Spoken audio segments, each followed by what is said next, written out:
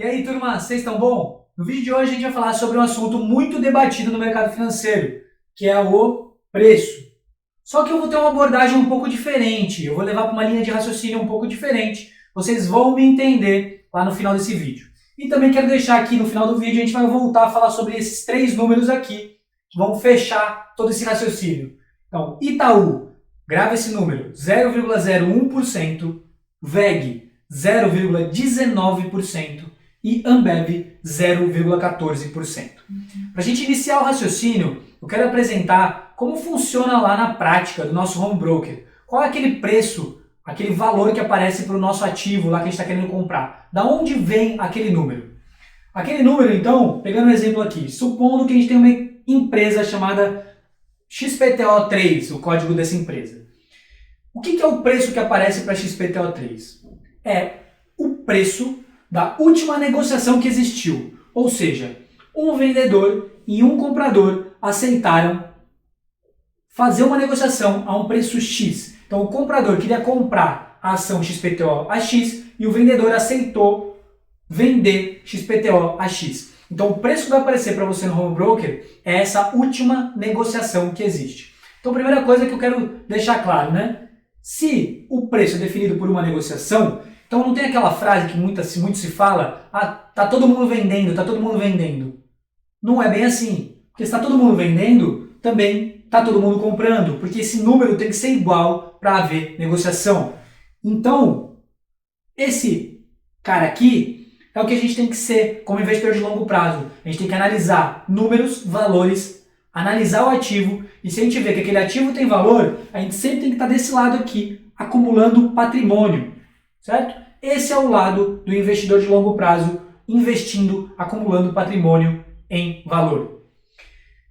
Então, esse é um preço de curto prazo, essa negociação.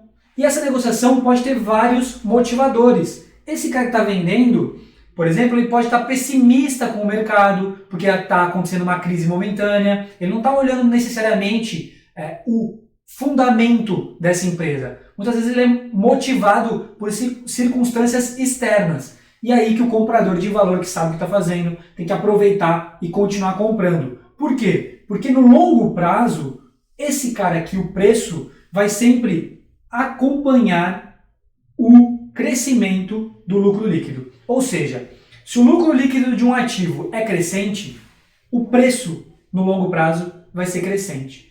Se o lucro líquido é decrescente, esse preço vai ser decrescente. Lógico, uma empresa, para crescer seus lucros líquidos, ela tem que melhorar a condição de dívida, melhorar o fluxo de caixa dela, melhorar uma série de questões. Mas no final das contas, esse crescimento de lucro líquido é o que o preço vai acompanhar no longo prazo. E eu vou mostrar para vocês depois em gráficos, ok? E aqui eu peguei um exemplo mais real aqui para vocês. Por exemplo, você tem um imóvel próprio aí. O teu imóvel vale 500 mil reais. Amanhã alguém te faz uma oferta de 200 mil reais por esse imóvel que você acha que vale 500 mil. Você ficou pobre?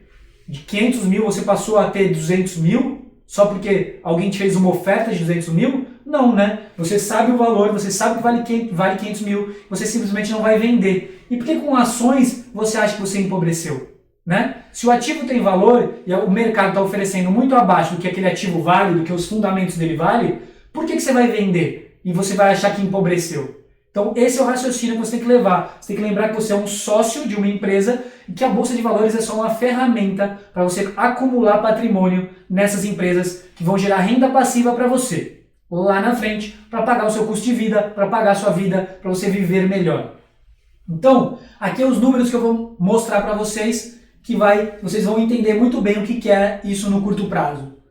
Itaú, 0,01% é o percentual de todas as ações que o Itaú tem, que são negociadas diariamente. Então apenas 0,01% das ações do Itaú são negociadas. VEG, 0,19% e Ambev, 0,14%. Ou seja, esses percentuais mínimos de negociação são aqueles que determinam o preço de curto prazo. Então você não deve pensar a curto prazo, você tem que conhecer as empresas que você está investindo, conhecer os ativos para, no momento de queda forte, se você sabe que o ativo tem valor, você tem que estar do lado do comprador. Então você tem que analisar valor e acumular patrimônio em valor.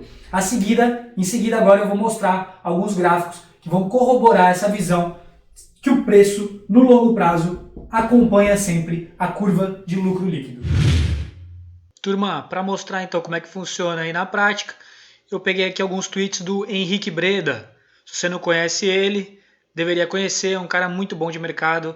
Aconselho aí a acompanhar ele no Instagram, no Twitter, no que você utilizar aí de rede social. Então aqui ele mostra um gráfico do ganho, certo? Earn per share, ou seja, lucro por ação, versus em laranja o preço propriamente dessa ação no decorrer do tempo. Então olha aqui como o preço em laranja, ele acompanha, certo? Ele segue a tendência da curva de crescimentos aí de lucros por ação. Aqui é da Amazon. Aqui você pega o SP500 como um todo o índice, ou seja, o lucro das empresas que estão no SP500 versus o preço de todas as ações lá que estão no SP500. Olha aqui como acompanha. Vocês estão vendo no longo prazo? A curva de longo prazo é isso que acontece. O preço vai acompanhar a curva de lucros no longo prazo. Aqui da Petrobras.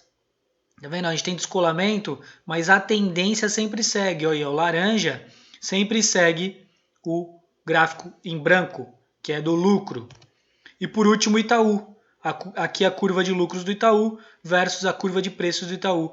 Tem descolamentos, mas também no longo prazo acompanha. E aqui a frase dele, eu acho, vou até replicar o que ele falou. Se o preço da ação anda aproximadamente junto com o lucro realizado, nem projeção, nem consenso de analista, só fatos. Isso é um fato. Porque as pessoas continuam não olhando para a própria empresa antes de investir, ou seja, porque não analisa alguns dados fundamentalistas antes de investir.